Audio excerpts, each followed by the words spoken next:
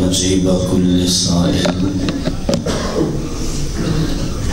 والصلاة والسلام على سيد الأنبياء والمرسلين وعلى آله وأصحابه وأزواجه علماء ملته أجمعين. أما بعد، فأعوذ بالله من الشيطان الرجيم. بسم الله الرحمن الرحيم.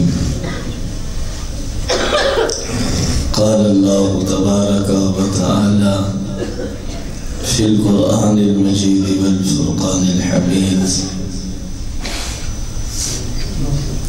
تعاونوا على البر والتقوى ولا تعاونوا على الإثم والعدوان.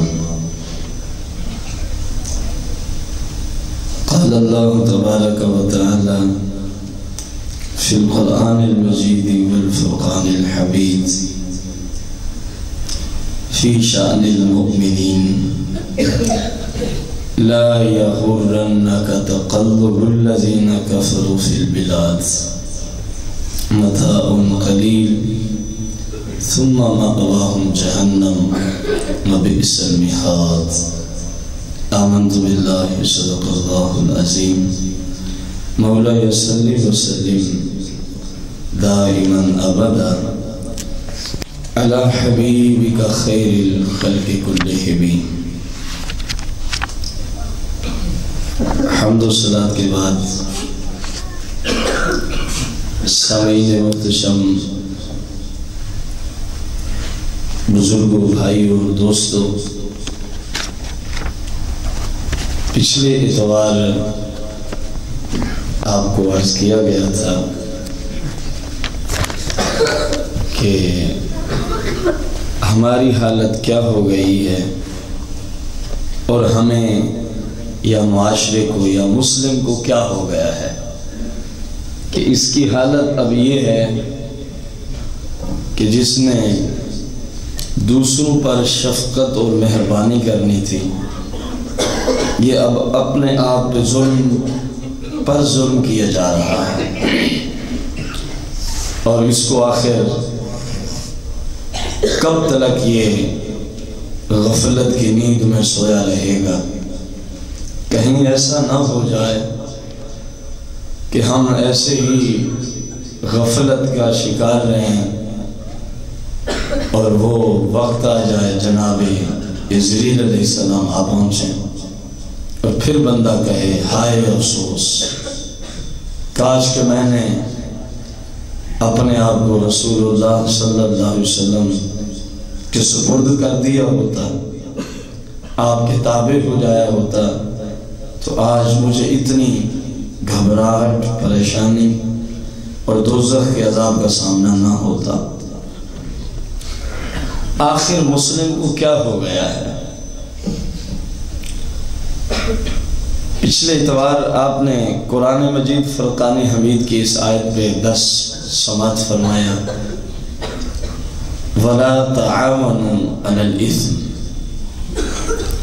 کہ ایک دوسرے کی مدد نہ کرو علی الاسم، گناہ کے کاموں پر، گناہ کے اس زمن میں جو بھی اللہ کو منظور تھا وہ آپ سب کے ذہنوں میں امید آ چکا ہوگا، جس میں کچھ نہ کچھ میڈیا پہ کلام ہوا، پھر ہماری مہندی کی رسمیں، شادی، بارات میں وہ عذاب الہی کو دعوت دینے والے کام، پھر ولیمے میں اللہ کے غضب کو نازل کرانے والے وہ مختلف انداز سے گناہ۔ اب اسی کڑی کو لے کے میں آج دوسری قسط کو آگے چلا رہا ہوں۔ کوشش تو کی ہے کہ اس سے ملتا جلتا کلام آپ تک پہنچاؤں۔ آج اس کی دوسری قسط ہے کہ مسلم کو کیا ہو گیا ہے، ہمیں کیا ہو گیا ہے، معاشرے کو کیا ہو گیا ہے۔ کبھی آپ نے سوچا ہو یا یقیناً سوچا ہوگا کہ جب ہیں ہم مسلمان، جب ہیں ہم بولا کریں کچھ نہیں ہوتا. جب ہیں ہم سب الحمدللہ. کبھی تو ذہن میں سوال اٹھا ہوگا ہیں ہم مسلمان لیکن کام اکثر ہمارے اندر کافروں والے ہیں. جہاں میں بھول جاؤں آپ کو پتہ ہے میں ناراض نہیں ہوتا. آپ مجھے سمجھا دیا کر کہ جی آپ نے یہ بات غلط کی ہے. میں رجوع کر لوں گا. آپ کا بھائی ہوں, کچھ کا بیٹا ہوں. ناراضگی کس بات کی؟ دنیا میں ہم آئے یہی کرنے ہیں. دین سیکھیں, سکھائیں, اس پہ عمل کریں. یہ مقصود ہے آپ کی زندگی کا. تو اگر میں بھول جاؤں تو آپ مجھے سکھائیں, آپ بھول جائیں تو میں آپ کو سکھاؤں. اور قرآن و حدیث کی روشنی میں دوستی کا معیار بھی یہی ہے.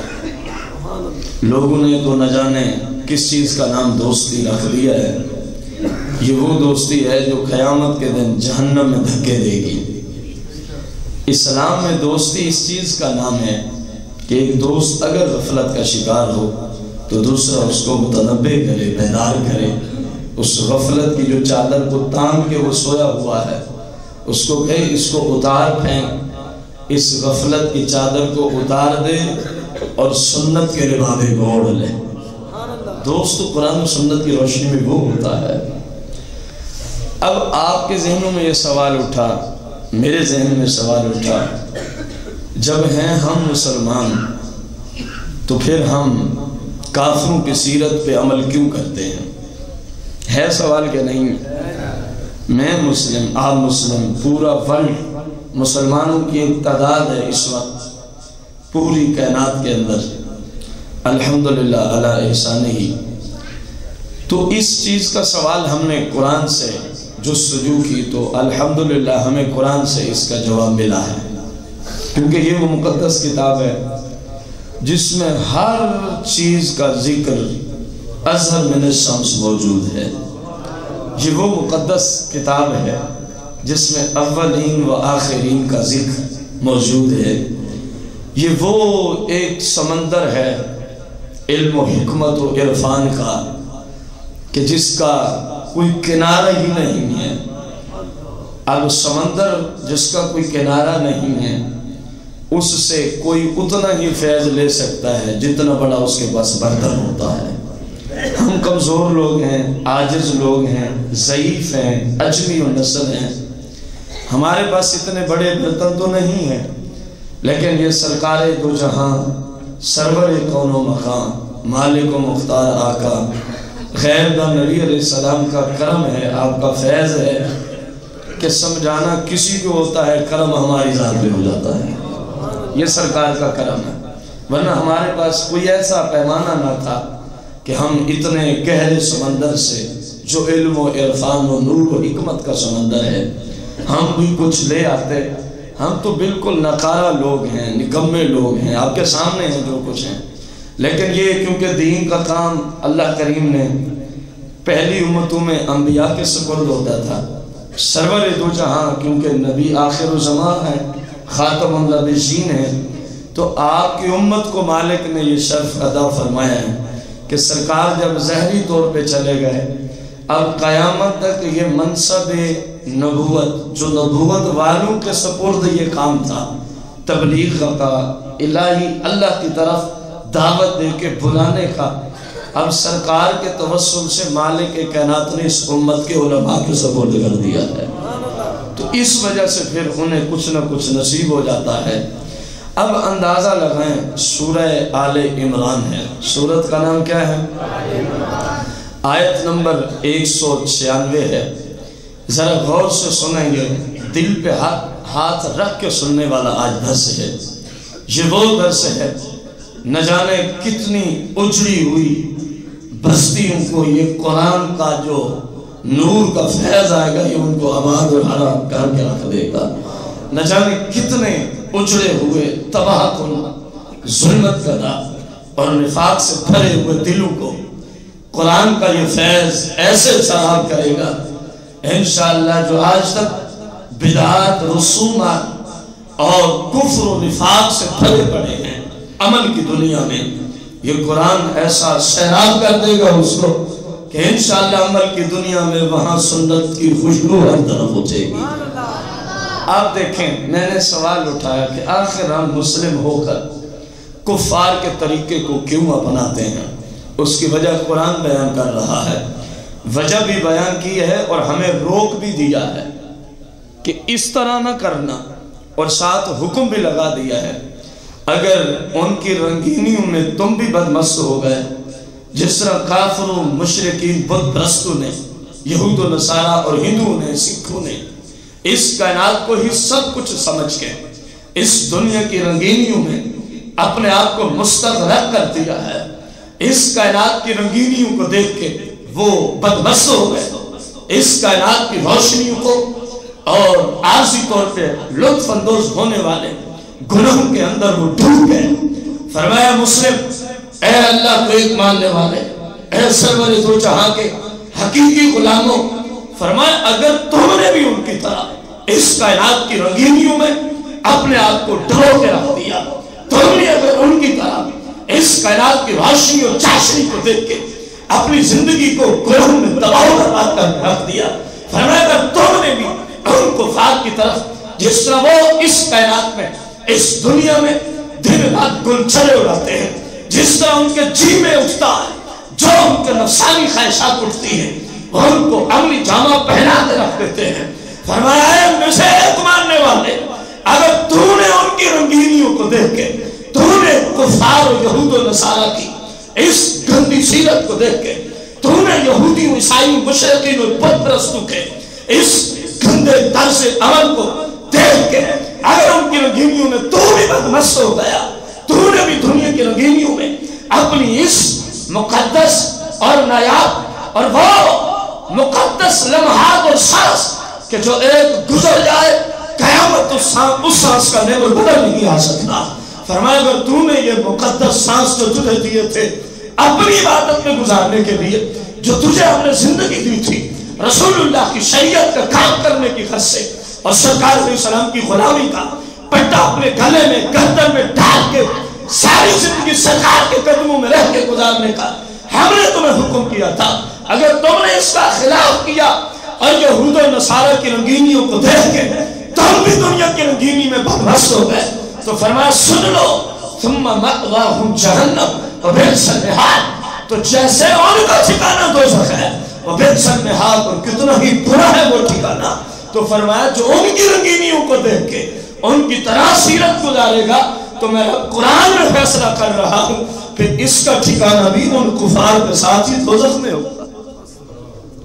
سورہ آل عمران آیت نمبر 196 اللہ فرماتا ہے لا یغرنک، کتنا مقدس جملہ ہے، کا ہر اس شخص کو خطاب ہے جو اس جگہ آ کے اس کو پڑھے یا اس آیت کو سنے یا اس آیت کو، یہاں کاف ضمیر رسول اللہ صلی اللہ علیہ وسلم کی طرف نہیں ہے، اگر کوئی کرے تو وہ بد مذہبی سمجھا جائے گا، کیونکہ یہ ناممکن ہے کہ کفار کی مال و دولت کی ریل پہ، کفار کی بڑی بڑی کوٹھیاں، یہود و نصارہ کی بڑی بڑی گاڑیاں یا بڑی بڑی سواریاں، تاکہ ہر زمانے میں جملہ فٹ رہا ہے، ان کے مختلف انداز سے لطف اندوز ہونے والے گندے کام، ناممکن ہے کہ نبی علیہ السلام دیکھ کے ان جیسے ہو جائیں، یہ ناممکن ہے۔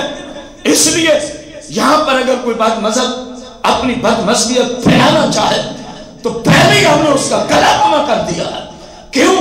کیونکہ ایک نبی سے ناممکن ہے کہ اللہ کا نبی ہو کہ گناہ گار ہو، یہ کسی صورت بھی ہو سکتا، تو پھر لا یغرنک کا یہ کاف ضمیر جو ہے یہ نبی کو خطاب نہیں ہے، یہ خطاب میرے جیسے کمزور کو ہے، یہ خطاب آپ جیسے مسلمانوں کو ہے، یہ خطاب اس کو ہے جو نبی علیہ السلام کا غیر ہے، جو اللہ کا نبی نہ ہو، یہ اس بندے کے لیے خطاب ہے، ورنہ نبی تو ہر حیثیت سے اللہ کریم نے معصوم پیدا فرمائے ہیں، اور ہمارے آقا مولا کی تو شان صرف معصومیت نہیں ہے بلکہ خالق کائنات نے آپ کو سید المعصومین پیدا فرمایا ہے، آپ تو سارے معصوموں کے بھی سردار ہیں، آپ تو سارے معصوموں کے بھی کیا ہیں؟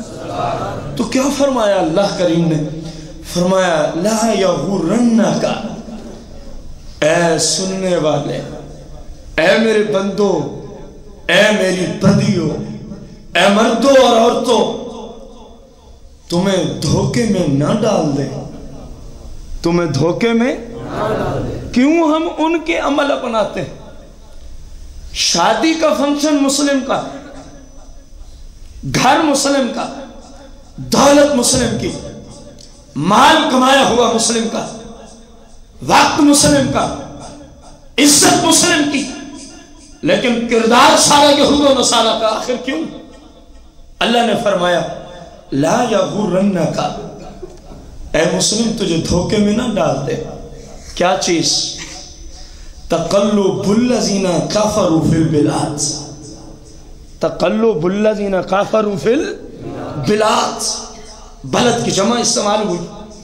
فرمایا یہ جو کافروں کی دنیاوی زندگی کی ریل پیل ہے، یہ جو کافر دنیا کے حیثیت سے مالدار نظر آتے ہیں، یہ جو کافر اپنے فنکشن کو یوں اور یوں کرتے ہیں، اپنے فلاں کام کو اس طرح اور اس طرح کرتے ہیں، اپنی ہر جھوٹی خواہش کو پورا کر دیتے ہیں، خواہ اس کے لیے ماں کی عزت کو ہی کیوں نہ لوٹنا پڑے، اپنی ہر جھوٹی خواہش کو پورا کرتے ہیں، خواہ اس کے لیے بیٹی کی عزت کو چاہ بھی کیوں نہ کرنا پڑے، اپنی ہر جھوٹی خواہش کو کافر پورا کر دیتا ہے، خواہ اس کے لیے اپنی بہن کی عزت کو چاہ بھی کیوں نہ کرنا پڑے۔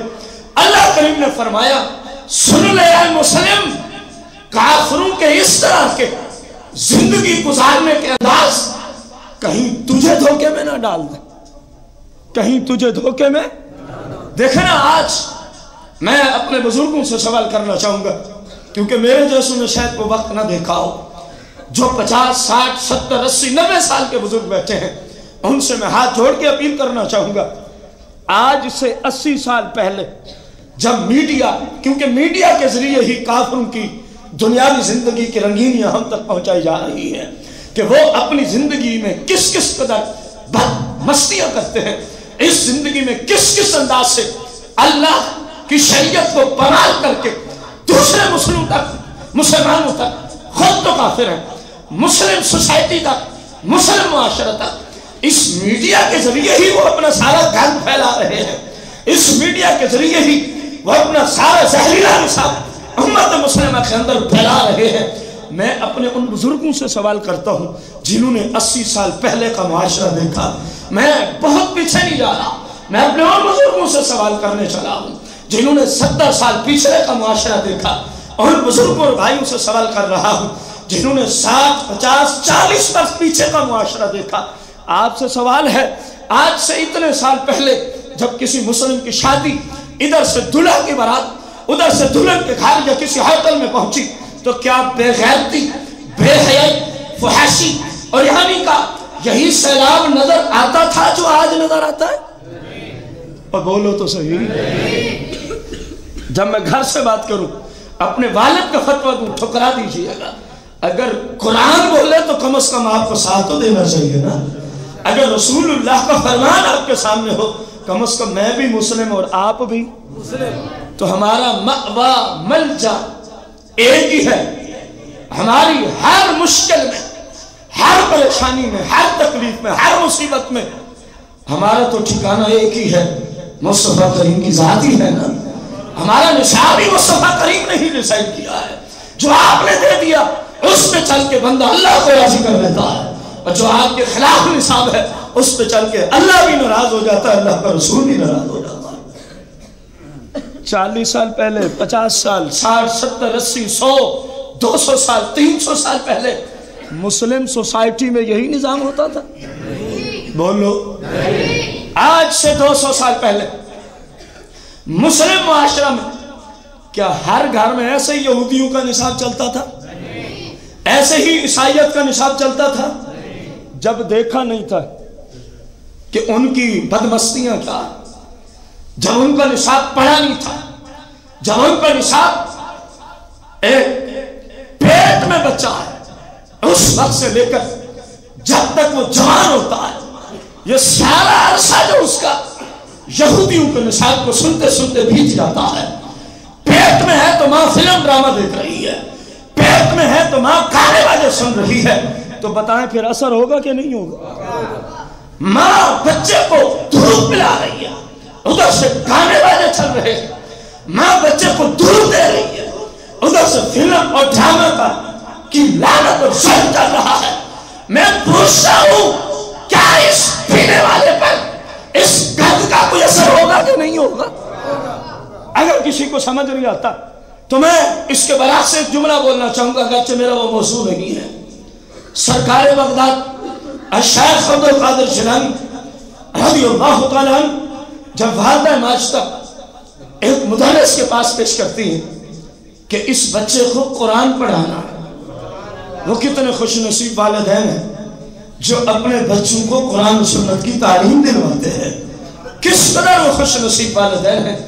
یقین ڈالیں ان کی عزتوں پہ کروڑوں سلام جو اس غیر گزرے زمانے میں اپنے بچوں اور بچیوں کو قرآن و سنت کی تعلیم دلوا رہے ہیں، مسلک حق اہل سنت کے مدارس سے دلوا رہے ہیں.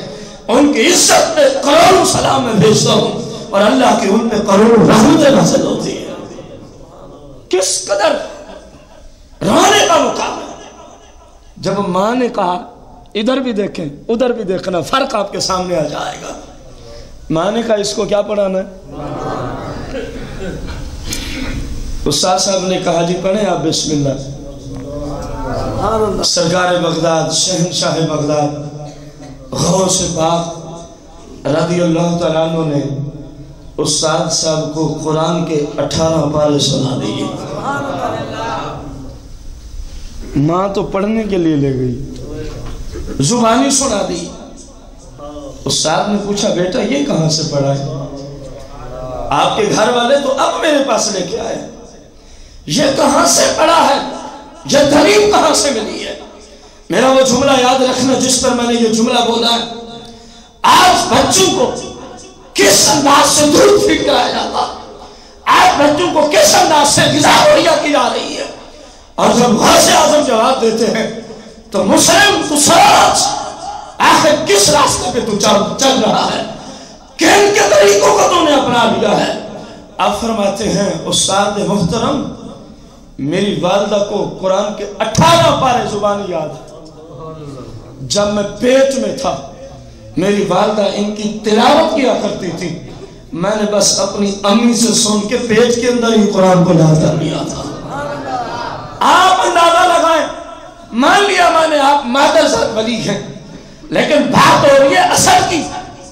ایک بچے کو دودھ پلانے سے پہلے ماں پڑھتی ہے بسم اللہ الرحمن الرحیم. ایک بچی کو دودھ پلانے سے پہلے ماں پڑھتی ہے الصلاۃ والسلام علیک یا سید یا رسول اللہ. ادھر قرآن کی لوریاں ہیں، ادھر بچے کو فیڈ کرایا جا رہا ہے، ادھر بچے کو دودھ پلایا جا رہا ہے. یہود و نصارہ کا گندا نصاب اس کے کانوں میں زہر گھول رہا ہے. انصاف سے بتانا جس بچے کو اس انداز سے غذا ملے کہ قرآن و سنت کی خوشبو اس کو معطر کر رہی ہو، اور جس کو یہود و نصارہ کے نصاب کے گند و زہر کے اندر فیڈ کرایا جائے.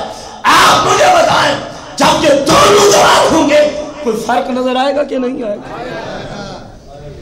ہمارے گھروں میں آخر یہ دوسری چیز کیوں نہیں؟ جب تک دیکھا نہ تھا یہ مسلمان اپنے ہی معاشرے میں ادھر ہی رہتے تھے، اس وقت بھی اپنی اپنی جگہوں پہ آباد تھے، کوئی کافروں کے گھروں میں جا کے نہیں عمل کرتے تھے. آج بھی مسلم اپنے اپنے گھروں میں آباد ہے، لیکن فرق کیوں آ گیا ہے؟ سوال ہے آپ سب سے، آپ سب دانشور ہیں، عقل مند ہیں. کل کو یہی بندے ہیں. 80 سال پہلے آپ نے خود کا یہ نظام نہیں تھا، 60 سال پہلے آپ نے خود کا یہ نظام نہیں تھا، 50 برس آپ نے خود کا یہ نظام نہیں تھا. تو میں پوچھتا ہوں اب آیا کہاں سے ہے؟ وہ چور دروازہ تو تلاش کرے نا، میڈیا سے. وہ کون سا ایسا بھیانک باب ہے جس سے مسلم کی عزت کو بحال کر لیا گیا؟ وہ کون سا ایسا زہریلا دروازہ ہے جس کے ذریعے وہ ظالم بیٹھا کہاں ہے اور اپنا زہر کہاں کہاں تک پھیلانے میں کامیاب ہو گیا ہے. بتاؤ نا وہ کون سا دروازہ ہے؟ بولتے نہیں ہیں آپ. جتنی محنت کی گئی ہے اتنا آپ نے ساتھ نہ دیا. افسوس یہ ہے میرے بھائیوں بزرگوں امید یہ ہے جب تک اس لعنت سے اپنے گھروں کو نجات نہیں دو گے الٹے بھی لٹک جاؤ. آپ کے لٹکنے سے کچھ نہیں ہوگا. جس بچی کو پیٹ سے لے کر 25 سال کی عمر تک یہود و نصارہ کا گرد دکھایا گیا, یہود و نصارہ کی وہ چاشنی میں, وہ دنیاوی زندگی کی بدمستیوں میں جس کو بچپن سے جوانی تک آپ لے آئے ہیں, آج آپ کے ہیں وہ بچی اپنے پورے جسم کو ڈھانپ کے بازار نکلے, یہ ممکن ہو سکتا ہے بھلا؟ یہ تو پہلے دن سے آپ نے پرورش کرنی تھی, جس طرح میرے آقا کریم نے ارشاد فرمایا.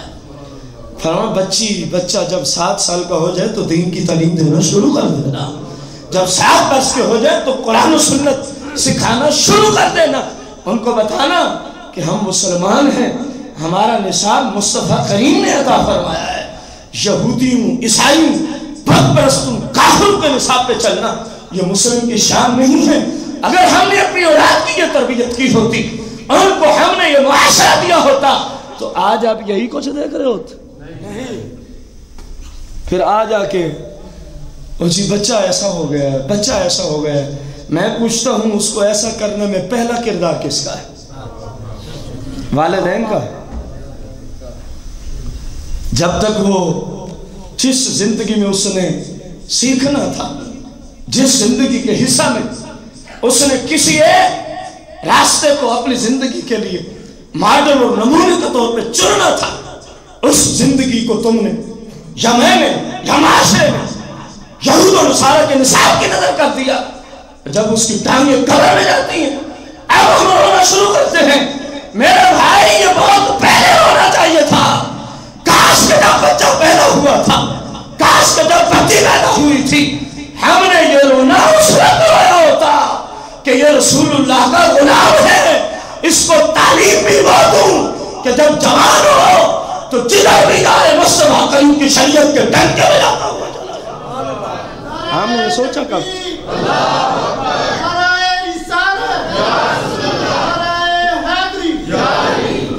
آج مسلم اس طرح کی زندگی جو گزار رہا ہے, قرآن نے تو 1400 سال پہلے اس نے دستک دی تھی. فرمایا لا یغرنک تقلب الذین کافروا فی البلاد. فرمایا جو مختلف شہروں میں تم کافروں کو چلتے پھرتے دیکھو, ان کی زندگی کا طرز عمل دیکھو, ان کے کل چھرے اڑانے والے حالات کو دیکھو, ان کی بدمستیاں, ان کی رنگینیوں میں ڈوب کے مر جانا. فرمایا اے میرے بندے تو ان کو دیکھ کے ان جیسا نہ ہو جانا, تو ان کو دیکھ کے ان جیسا نہ ہو جانا. ایک چھوٹی سی مثال میں نے اس پہ سوچی, اللہ نے ہی عقل دی. ایک سوال ہے, اگر کسی مسلم کے گھر اگر کوئی بندہ آئے اور آ کر دستک دے, آ کر مثال پچھلے اتوار بھی آئی تھی اس سے ملتی جلتی, لیکن یہ اور ہے, آ کر کیا دے, بندہ باہر آئے, خیریت ہے, ہاں جی خیریت ہے, یہ میں 2 لڑکے اور 2 لڑکیاں لایا ہوں, ذرا اپنے گھر کی عورتوں کو بلائیے, آپ بھی تشریف لائیے, یہ آپس میں اپنا دوستانہ تعلق لڑکی اور لڑکے کا کیا ہوتا ہے یہ ذرا ان کو سبق سکھانے آئے ہیں, تاکہ آپ کی بیوی کو بھی پتہ چلے کہ غیر مرد سے دوستی کس انداز سے کی جا سکتی ہے, تاکہ آپ کی بہن کو بھی پتہ چلے غیر مردوں تک رسائی کس کس انداز سے ہو سکتی ہے, تاکہ آپ کی بیٹی کو بھی پتہ چلے کہ غیر مردوں سے دوستیاں کس کس انداز میں اور کن کن طریقوں سے کی جاتی ہیں. ہم یہ سکھانے آئے ہیں, آپ کے دروازے کو اس لیے دستک دی ہے, ذرا سوچ کے ہمت سے, حوصلے سے, انصاف سے جواب دینا. اس مسلم کا اس آنے والے شخص کو کیا جواب ہوگا؟ وہ اپنی بیٹیوں کو سامنے کر دے گا؟ نہیں. بولو. نہیں. اپنی بیوی کو سامنے کرے گا؟ نہیں. اپنی بہنوں کو؟ نہیں. کہے گا ارے بے غیرت تجھے شرم نہیں آتی؟ یہی جملے ہوں گے کہ نہیں؟ اگر اس کے بس میں ہو تو بھلے اس کو گولی مار کے وہیں ڈھیر کر دے. میں بغیر کسی اور تمہید کے اسی پر آپ سے ایک سوال کرنا چاہوں گا. اگر وہ چل کے آیا تو ہمیں غیرت آئی, ہم نے کہا ارے بے غیرت, اس نے ابھی دعوت دی ہے, وہ سارا کچھ کر کے دکھلایا نہیں ہے, کہہ رہا ہے کہ مجھ سے دیکھ لو میں لے آیا ہوں. اگر آپ کی بیٹی نے کسی غیر مرد سے دوستی کرنی ہو تو یہ طریقہ سکھا دیں گے. اگر آپ کی بیوی نے کسی غیر مرد سے اپنی عزت لٹوانی ہو تو یہ طریقہ بتا دیں گے. اگر آپ کی بیٹی نے, بہن نے, بیوی نے, کسی نے کسی غیر مرد سے تعلق رکھنا ہو تو ہم تعلیم دینے آئے ہیں. آپ اس کو کہہ رہے ہیں ارے بے غیرت, اس نے دکھائی نہیں ابھی. اور جب یہی سارا کچھ گھر میں چل رہا ہوتا اس وقت یہ غیرت کہاں مر جاتی ہے؟ سوال ہے آپ سے, مؤدب بنا. کوئی بات سمجھ آئی؟ اب کہاں گئی ہے وہ مسلم کی غیرت؟ دوسروں کو تو کہہ دیا بے غیرت, اس نے ابھی چلایا بھی نہیں, وہ منظر دکھایا بھی نہیں, وہ پریکٹیکلی سامنے لایا بھی نہیں, صرف دعوت دے رہا ہے گند کی طرف. تو آپ نے کہا یہ بے غیرت ہے, میرے بس میں اس کو گولی مار دو. حالانکہ آپ سے پیسے بھی نہیں مانگ رہا, اس دکھانے کے آپ سے پیسے بھی نہیں مانگ رہا. میرا سوال ہے, میڈیا پہ, فلموں میں, ڈراموں میں, گانے بازوں میں, یہ جو میں نے مثال فرض کر کے آپ کو بتائی ہے, یہ بڑی فحاشی ہے یا ادھر بڑی فحاشی؟ ادھر. میری مثال میں زیادہ بے حیائی والی باتیں ہیں یا میڈیا جو کچھ دکھا رہا ہے ادھر بے حیائی والی باتیں ہیں؟ ادھر تو غیرت آئی, وہاں کیوں مر گئی؟ ادھر غیرت آئی, وہاں کیوں مر گئی؟ وہاں پیسے بھی دیتے ہیں, 10, 15, 20 ہزار کا ٹیلی ویژن بھی خریدا صرف اللہ کی نافرمانی کے لیے.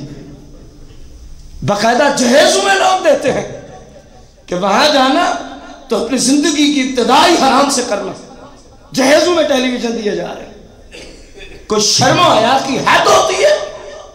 کوئی اللہ رسول کی نافرمانیوں کی حد؟ دیکھیں معاشرہ کس موڑ پہ جا کے کھڑا ہو گیا, کس گمراہی کے کنارے پہ جا کے کھڑا ہے. اور بزرگوں بھائیوں, آخر کب تک سوئے رہو گے؟ خدا کا نام لو, کوئی پتہ نہیں کس وقت موت آ جائے. بعد میں افسردہ ہونے سے کچھ ہاتھ میں نہیں آئے گا. اگر چاہتے ہو اللہ رسول راضی ہو جائیں تو آج ہی بیدار ہو جاؤ. آج ہی یہود و نصارہ کے اس گند کو, ظاہر نصاب کو اللہ سے وعدہ کر کے جاؤ کہ اللہ میرے گھر میں یہ گند نہیں چلے گا, نہیں چلے گا. لیکن بہت مشکل ہے. اس کی وجہ بیوی جو پیچھے بیٹھی ہے, اپنی تو ذمہ داری ہے حق آپ تک پہنچانا. اب مجھے کچھ پچھلے درس پہ باتیں موصول ہوئی آپ کے محلہ سے, تو میں نے کہا یار یہ بھی کوئی بات ہے کہ لوگ باہر جا کے آپ کے خلاف یوں. میں نے کہا میں تو کچھ بھی نہیں ہوں. جب میرے آقا و مولا شفیع محشر نے تبلیغ حق کی بات کہی تھی, آپ کے تو حقیقی چچے بھی آپ کے دشمن ہو گئے تھے. مجھے ان باتوں سے پرواہ نہیں, جو مرضی باہر کہو, جو بھی کہتے ہیں باہر پمفلٹ چھپا کے شائع کر دو. میں تو خوش ہوتا ہوں کہ مجھے بھی وہ زندگی گزارنے کے لمحات میسر ہوئے جو حق پرستوں کو مشکلات کا سامنا تھا. اللہ کا کرم ہے کہ مجھے بھی اپنے محلے سے وہی کرم مل گیا. میں نہیں ناراض ہوتا, جو مرضی جا کے کہو, البتہ دلیل سے تمہارے پاس کوئی ایک بات بھی ثابت نہیں ہو سکے گی. باہر جا کے جی آپ یوں کرتے ہیں, اپنے پاس کمپیوٹر ہے تو پھر آپ اپنا مکان بیچ کے مجھے دے دیں, میں چند کتابیں خرید لوں. اگر کمپیوٹر رکھنا گناہ ہو گیا ہے تو آپ نے کیا دیا ہے؟ اب آپ کہیں گے جی یہ بڑی سخت جملے ہیں. آپ نے کیا دیا ہے؟ تبلیغ کرنے کے لیے مجھے کتابیں ضرورت ہے,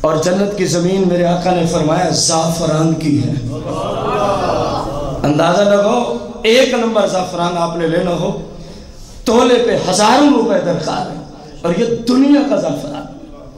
ادھر کی تو بات، یہ تو زعفران کی بات ہے، آپ ادھر کے دوپٹے کی بات دیکھ لیں جو وہاں کی عورتوں نے پہنے ہوئے ہوں گے. سرکار دو جہاں نے فرمایا اگر وہ اپنے دوپٹے کو وہیں سے ظاہر کر دے، فرمایا چاند اور سورج کی روشنی ختم ہو جائے. جس طرح چاند اور سورج کے سامنے فرمایا موم بتی اور چراغ کی روشنی ختم ہو جاتی ہے، اگر وہ لاکھوں میل دور سے اپنا دوپٹہ ظاہر کر دے، فرمایا تمہارے چاند کی روشنی بھی ختم ہو جائے، تمہارے سورج کا نور بھی ختم ہو جائے. جس جنت کے کپڑوں کے نور کا یہ عالم ہے، اللہ ہی جانے اس جنت کے زعفران کی نورانیت کا کیا عالم ہوگا. سرکار دو جہاں نے فرمایا پتہ ہے کوئی 2-3 مرلے پہ آپ کی کوٹھی نہیں ہوندی. یہ پیچھے جو ٹیک لگانے کے لیے تکیہ رکھتے ہیں، اس کو اپنی زبان میں کون سا تکیہ کہتے ہیں؟ گاؤ تکیہ، یہی کہتے ہیں. کتنا لمبا سے لمبا آپ کو مل سکتا ہے دنیا میں؟ بولے 4 feet, 10 feet, 50 feet, 100 feet, 1000 feet. میں نے حد کر دی. ممکن ہے کائنات میں اتنا لمبا چوڑا تکیہ؟ پتہ ہے جو آپ کے محلات میں گھاؤ تکیے ہیں، اپنے محبوب سے پوچھے جنہوں نے دیکھے ہوئے ہیں.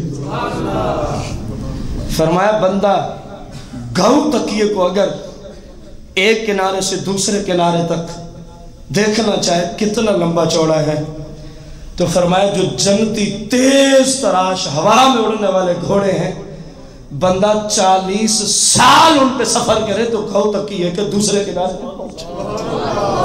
سبحان اللہ. فرمایا جو تمہارے محلوں میں، کہ میں تھوڑی سی جھلک دے رہا ہوں تاکہ سمجھ آئے کہ ہم نقصان کتنا کر رہے ہیں. اس کو سننا ہو تو آپ کو یہ بیان مل سکتا ہے. جنت اور جنت کی نعمتیں، یہ دورہ بخاری میں گزر چکا ہے. آپ اندازہ لگائیں جو آپ کے محل میں ایک درخت ہے، جو آپ کے محل میں ایک درخت ہے، فرمایا اگر تو دیکھنا چاہے نا یہ کہاں تک ہے ایک درخت، تو جنتی گھوڑوں پہ 100 سال کی مسافت نکالے گا. 100 سال بندہ جنتی گھوڑے پہ، اور جنت والے کھانے سے پاک، پینے سے پاک، سونے سے پاک، پیشاب سے پاک، پخانہ سے پاک، تھوک سے پاک، ریڑھ سے پاک، ہر چیز سے پاک، نیند سے پاک، بھوک و پیاس سے پاک. 100 سال دن رات چلتا رہے جنتی گھوڑے پہ. سرکار نے فرمایا تیرے محل میں جو ایک درخت ہے، شاید اس کے ایک کنارے سے تو دوسرے کنارے تک جا پہنچے. کتنا نقصان کر رہا ہے مسلم اپنا آج کافروں کی اس رنگینی کو دیکھ کے. اس لیے قرآن نے کہا متاع قلیل، متاع. کاش کہ ہمارے پاس یہ 10 گھنٹے کا خطاب ہوتا تو ہم متاع قلیل میں آپ کو سرکار کی حدیث سے حدیثیں عرض کرتے اور آپ کو سمجھ آتی کہ مسلم کس طرف چلا گیا ہے، اور مسلم کے لیے رب نے کتنی بڑی بڑی نعمتیں پیدا فرما رکھی ہے یہ کافروں کو دیکھ کے. اسی لیے تو جملہ بولا متاع قلیل. اے مسلم جو تیرے لیے ہم نے بنائی ہے نا، یہ تو کچھ بھی نہیں ہے، تو ان رنگینیوں میں بدمست ہو گئے. یہ تو کچھ بھی نہیں، تو جو ان رنگینیوں میں بدمست ہو گئے. خیر، ثم مأواہم جہنم. اب جو ان کے طریقے کو اپنائے گا ان کا اپنا ٹھکانہ کہاں ہے، اور جو ان کے طریقے کو اپنائے گا، اللہ نے فرمایا ثم مأواہم جہنم، کہ ان کے پیچھے لگے ہو ان کا تو ٹھکانہ ہی دوزخ ہے. مأواہم، ان کافروں کا ٹھکانہ جہنم کیا ہے؟ جہنم ہے. اور اللہ نے فرمایا وَبِئْسَ الْمِہَادُ، وہ تو بہت ہی برا ٹھکانہ ہے، وہ تو بہت ہی برا ٹھکانہ ہے. وَلَا لَٰكِنِ الَّذِينَ اتَّقُوا رَبَّهُمْ. اب اللہ نے ان خوش نصیبوں کا بھی ساتھ ذکر کیا ہے. فرمایا لیکن البتہ وہ الذین، وہ مسلمان اتقوا ربهم، جو ہمیشہ اپنے رب سے ڈرتے رہے، گناہوں سے بچتے رہے، ڈرتے رہے. لہم جنات، ان کے لیے ہم نے جنت پیدا فرمائی ہے. جو ہمیشہ اللہ سے ڈرتا رہا اور کافروں کی سیرت کو لعنت بھیج کے اپنے محبوب کی سیرت کو اپنا سب کچھ سمجھ کے بغیر سوچے سمجھے زندگی میرے محبوب کی سیرت اور سنت میں گزار دی. فرمایا لہم جنات، جنت تو میں نے ان کے لیے بنا رکھی ہے، تجری من تحتها الانہار، اس کے نیچے نہریں روانہ ہو. یہ دنیا کی نہروں کا چکر نہیں ہے کہ کھدائی ہوگی، وہ زمین کے اوپر برابر چلے گی، زمین کے اوپر جہاں تک رب کا حکم ہوگا بس سیر کرتی جائیں گی، سیراب کرتی جائیں گی.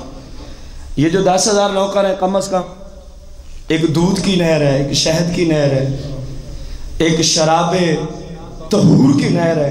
آپ اندازہ لگائیں